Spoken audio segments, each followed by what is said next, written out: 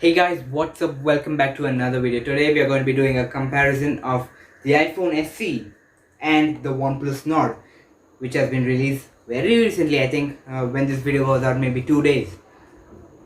So we'll be doing a complete comparison of this, and make sure you stick to the very end of this video and hit that subscribe button if you have not, and enjoy this video. And also, never settle. And okay, first of all, we're going to be checking out the hardware of these phones. So both of them have a glass panel, which makes them look really premium. And one point, slightly advantage is for the iPhone SE, because the sides of the iPhone SE are made of metal and having a matte finish, whereas the OnePlus Nord have plastic sides and only the buttons are of metal. So it's a slightly advantage for the iPhone SE here. But overall design of both of the phones, of course the OnePlus Nord feels more premium because it feels like a 2020 phone, whereas the iPhone SE, it feels like a 2014 phone with one camera and those big bezels on it. It does feel like a 2014 phone, whereas the OnePlus Nord has such a big display and having a dual punch hole camera, six cameras in total, four at the back and the dual punch hole camera in the front. So I think there's 1 point, we're gonna say one each for now. As we are on the topic of the hardware, let's talk about the screen. The screen in iPhone SE is 4.7 inch, which makes the phone really compact. In 2020, if you want a compact phone, that's an amazing choice, because no phones nowadays have such a big bezels on it, and it is having only 4.7 inch display with a Retina HD display, which is not even, I don't know guys, it's Apple, but you don't get the experience for what you pay. And in the OnePlus Nord, you're getting a 6.44 inch display, and it's fluid AMOLED display, so you get a really amazing experience in this screen quality. And also we get a 90 Hz refresh at this price point at the Nord. That's amazing actually. So now it is 2 and 1. Okay, now let's talk about the performance. The OnePlus Nord has 6 gigs of RAM, 8 gigs of RAM, and also 12 gigs of RAM. That's amazing, right? 12 gigs of RAM is the highest variant, where you get 256 GB of storage too. And the point goes for iPhone SE here. You know why? Because Apple has packed in their A13 Bionic chip. That chip is placed in iPhone 11 Pro and iPhone 11s. They've even given it in the iPhone SE, which is a pretty amazing, and the gaming experience will be amazing in the iPhone SE because of that A13 chip. But as saying, the gaming experience will be good, but has a very small display, and the display quality is not as good as the OnePlus Nord.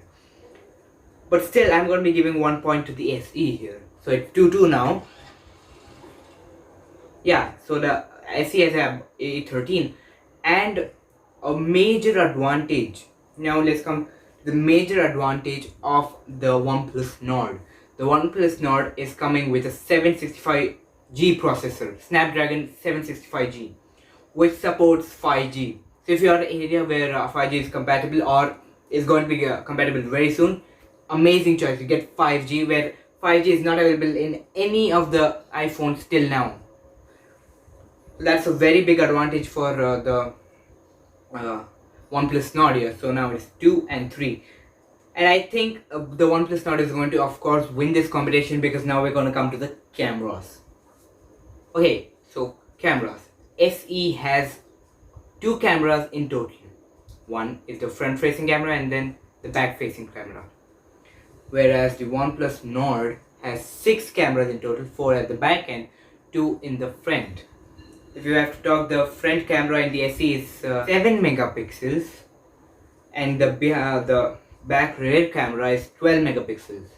And the OnePlus Nord, the rear primary camera is of 48 megapixels, though we'll be taking most of our shots in 12 megapixel. We do have a 48 megapixel camera, and then we have a 12 megapixel ultra wide angle camera, and then we have a 5 megapixel macro camera and a 2 megapixel depth camera. And the selfie cameras in the OnePlus Nord, we have two cameras. One is 32 megapixel selfie camera, and then we have also an ultra wide angle selfie camera which is 8 megapixels, which is which many of the features which we have in the OnePlus Nord camera features will not be available in the SE. That's a major advantage to the Nord. We have night mode, we have ultra wide mode, we have macro mode.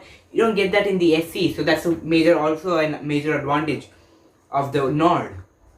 And now if you come to recording videos, the OnePlus Nord's rear camera will be can record up to 4K 30 frames per second, but here slightly advantage because OnePlus the iPhone SE can record 4K 60 FPS. That's a slight advantage we could say, because both can record 4K, but it has a higher frame rate. If you talk about the front cameras, the iPhone SE cannot record 4K videos, whereas the OnePlus Nord can record 4K videos at 60 frames per second. Ooh, we don't get that in the rear camera, but we have 60 frames in the front camera. Amazing. Okay, but the processing of the images does improve in Apple because of their A13 chip. The camera ability improves a little bit, because 12 megapixel we would say it's very bad, but it's amazingly good because of their chip and the updates which keep coming regularly in the SE. Okay, now to the operating system. The iPhone SE comes with their not newest, but the running iOS 13, and the OnePlus comes with their Oxygen OS, which is one of the best software, or what do we say, the OS available. So I would prefer Oxygen OS in Android. Okay, one more advantage for the OnePlus Nord. Let's come to that. It supports 30T warp charge. Amazing. So it has 4115 mAh of battery. So OnePlus says 0 to 70% in just 30 minutes. That's amazing.